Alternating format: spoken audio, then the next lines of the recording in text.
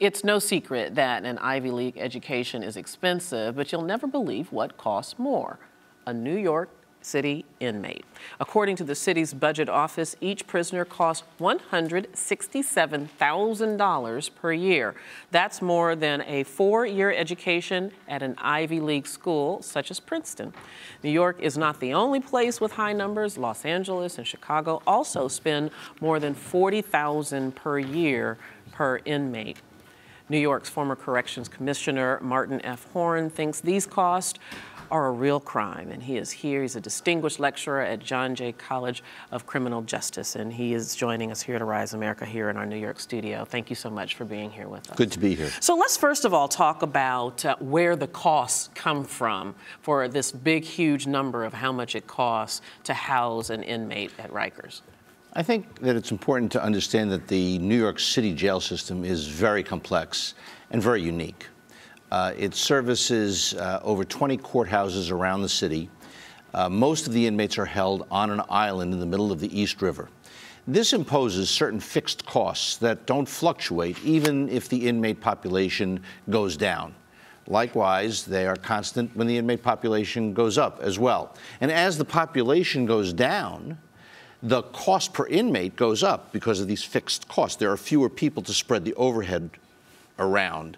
So I think it's very important to understand that they operate 3 different bus systems to take inmates to court, to take visitors to the jails, to take employees to their office. They operate the detention pens in all of the courthouses in the city. And these are costs that the typical county jails in the country and elsewhere don't incur. So the city is a very complex place. In addition, there are some costs that could be avoided because the length of time that inmates are spending in custody has been creeping up. Even though crime in the city has gone down, the number of arrests, the number of cases that the courts have to deal with have come down, the length of time that individuals spend awaiting trial has grown, and that has considerably added to the costs. Now, and we're looking at these numbers right here that we have up on our screen, 167,000 and some change per year from New York, decidedly higher than Los Angeles, which is about the same size, slightly smaller, and then Chicago, which is not even that much far behind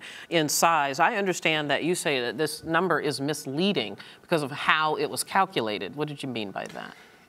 It's an unfair comparison.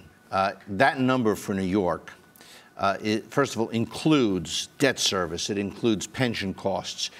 It includes all of those fixed costs that I mentioned earlier.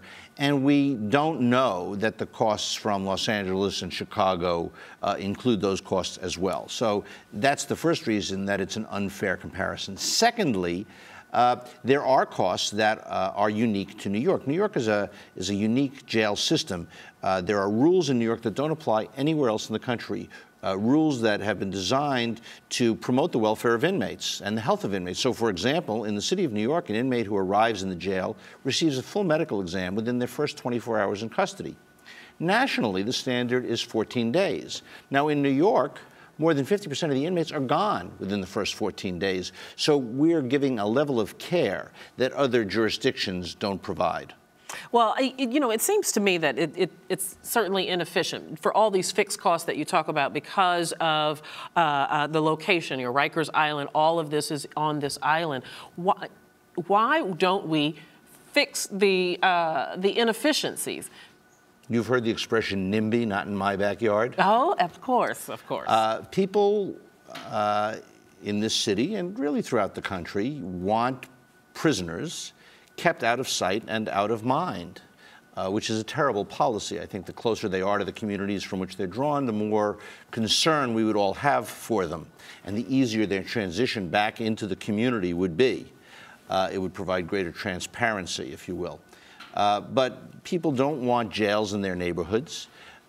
Jails have been pushed out to allow for real estate development. There's a state prison on the west side of Manhattan that the property will sell for $20 million or more, and someone will build a luxury high-rise on the side of that jail. There's great demand for these properties. Ideally, jails should be built physically adjacent to the courthouses that they serve and in the communities from which the people in custody are drawn. I have to ask this question, A, because it's New York City, the city that I love so much, but also because it's just a fact of our life these days. Are these numbers reflective of any misuse of funds? I don't think so. You know, the city controller and the state controller periodically audit the department, and in my recollection, there have been no big findings. In any government bureaucracy of this size, there's going to be a certain amount of waste, but gross waste and mismanagement, I don't think so. Well, that's refreshing to hear.